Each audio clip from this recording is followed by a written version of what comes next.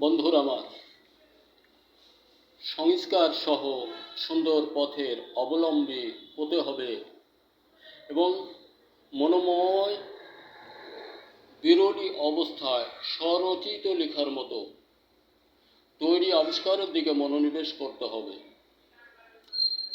বিশ্বময় তাণ্ডবতার দিকে আমাদের কর্ণপ্রপাত ও আখি চোখ মেলে তাকানো উচিত। আমরাই বিশ্বে একমাত্র হতদৈত্যের মতো দুর্বল মনের অধিকারী। এই জন্য নির্ভীক চিত্তে সবল মনের অধিকারী হতে হবে, সেটা সংস্কারের মাঝ দিয়ে এবং তৈরি আবিষ্কার দ্বারা। যে দেশে তৈরি আবিষ্কার আছে তারা উন্নত শিরে আছে, তারা অর্থনীতিতে স্বাবলম্বী অর্জন করেছে। যাদের প্রযুক্তি নেই, তৈরি আবিষ্কার নেই, তারা অর্থের ঘরে প্রচণ্ড দুর্বলতা, ঋণগ্রস্ত অবস্থায় তাদের জীবন বিপন্ন হয়ে যাচ্ছে শুধু তৈরি আবিষ্কার উৎপাদনের অভাবে। আমাদের দেশে এককভাবে শুধু একটাই উৎপাদন আছে, সেটা কৃষক বন্ধুরা করে থাকেন চাষাবাদ। বিভিন্ন ফসল উৎপাদন ছাড়া আমাদের গবেষণায় আর কোনো উৎপাদন আছে বলে তেমনটা ধারণা দেওয়া যায় না। যদি কিছু হয়ে থাকে সেটা অবশ্যই বোধ করি মূল এখানকার নয়।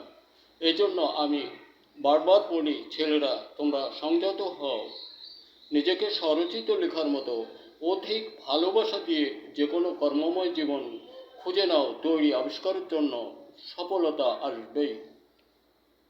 কোনো দুর্বলতা আনয়ন করা যাবে না যে আমি পারবো না, এটা মিথ্যা। আমি পারবই, এটাই সত্য এবং বাস্তবতায় আনা যায়। ধৈর্যের প্রয়োজন আছে। আমি আজ ৭৫ বছর বয়স আমার। ১৯৫০ সালে আমার জন্ম। ১৯৬০ সালে আমার মধ্যে একটা উদ্ভাবন শক্তি এসে গেছিল, যেটাকে আমি ধরে রেখে বর্তমান সময় অতীত এতদিন শ্রম দিয়ে গবেষণার মাঝ দিয়ে মাটি ও ফসল বিষয়ে 18টি পণ্য, বারুদ, মধুবন, মেঘবন ইত্যাদি নামে, আর মাছের বিষয় 8টি, বিভিন্ন মশলা সহ অনেক তৈরি আবিষ্কার। সকল তৈরি আবিষ্কার সফলতায় ভরা।